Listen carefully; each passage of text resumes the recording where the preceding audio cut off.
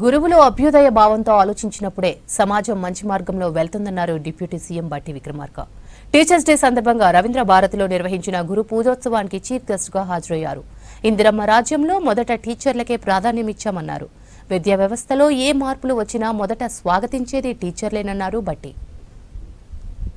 ఇది అవసరమే అని చెప్పి దాన్ని ప్రోత్సహించి ప్రభుత్వ పాఠశాలలో కూడా ఈరోజు ఆంగ్ల భాషలో విద్యా బోధన చెప్పి గ్రామీణ ప్రాంతాల్లో ఉన్నటువంటి పిల్లలు ఈరోజు ప్రపంచంతో భాషలో ఏమాత్రం వెనకబడకుండా పోటీపడే స్థాయికి వస్తూ ఉన్నారంటే అది తప్పనిసరిగా మీ అందరి అభిమానం, ఆలోచన, గొప్ప మనసుకి తార్కాణం అని నేను భావిస్తూ ఉన్నాను.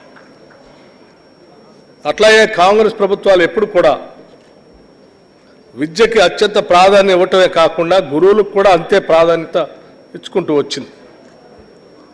ఎప్పుడు ఏ విధానపరమైన నిర్ణయాలు చేయాలన్నా కూడా సంఘాలతో మాట్లాడటం, సాధ్యమైనంత మేరకు గురువుల ఆలోచనల పరిగణలో తీసుకునే విధానపరమైన నిర్ణయాలు తీసుకుంటూ వస్తూ వచ్చాం.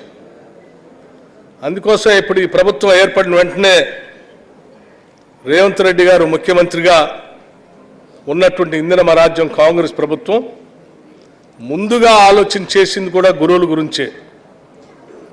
అందుకే ఆలోచన చేసి అనాదిగా ఒక దశాబ్ద కాలం అనుకుంటా బహుశా ప్రమోషన్స్ లేకుండా ఉన్నటువంటి ఉపాధ్యాయులకి దాదాపు 30,000 మందికి ప్రమోషన్స్ ఇచ్చింది కూడా ఈ ప్రభుత్వమే.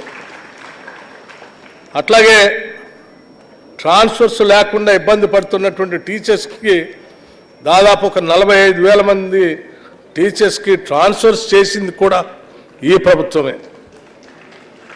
అంతేకాదు ఈ విద్యా వ్యవస్థను ఇంకా ముందుకు తీసుకొని పోవాలన్నటువంటి ఆలోచనతో గురువుల సంఖ్య తగ్గిపోతే ఇబ్బంది అనేటువంటి ఆలోచనతో గురువుల రిక్రూట్మెంట్ కోసం డిఎస్సిని ఏర్పాటు చేసి ఒక దశాబ్ద కాలం రాష్ట్రం ఏర్పడిన తర్వాత ఒక దశాబ్ద కాలం డిఎస్సి జరగకపోతే ఈ ప్రభుత్వం రాగానే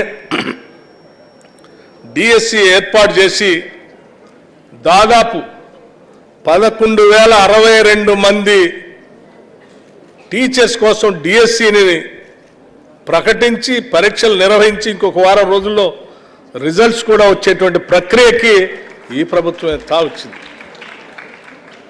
ఇంకొక 6,000 పైబడి డిఎస్సి సంబంధించి చేయడానికి భవిష్యత్తులో కూడా ప్రణాళిక సిద్ధం చేసుకుని